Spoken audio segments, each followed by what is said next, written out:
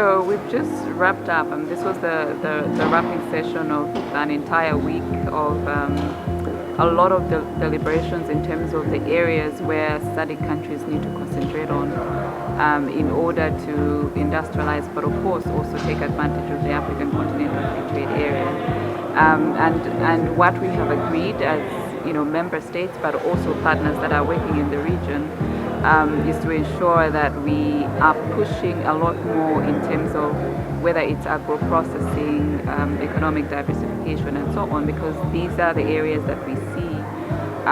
that's where we're going to have a lot of impact, both on poverty and inequality reduction, but also making sure that the economies in the sub-region are resilient.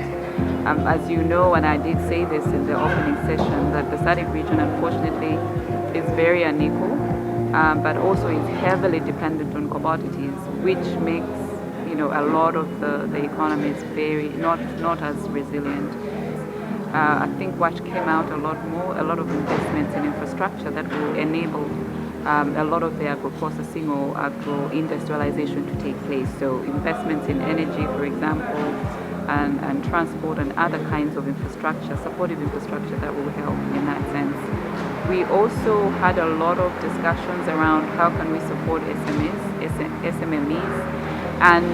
listening to the SMMEs themselves was actually very good and revealing, because they're coming from a point where they're coming from a lot of practical experience in terms of the challenges that they encounter, and in that way point the direction for governments, but also partners like ourselves, to where we should concentrate our efforts in that sense.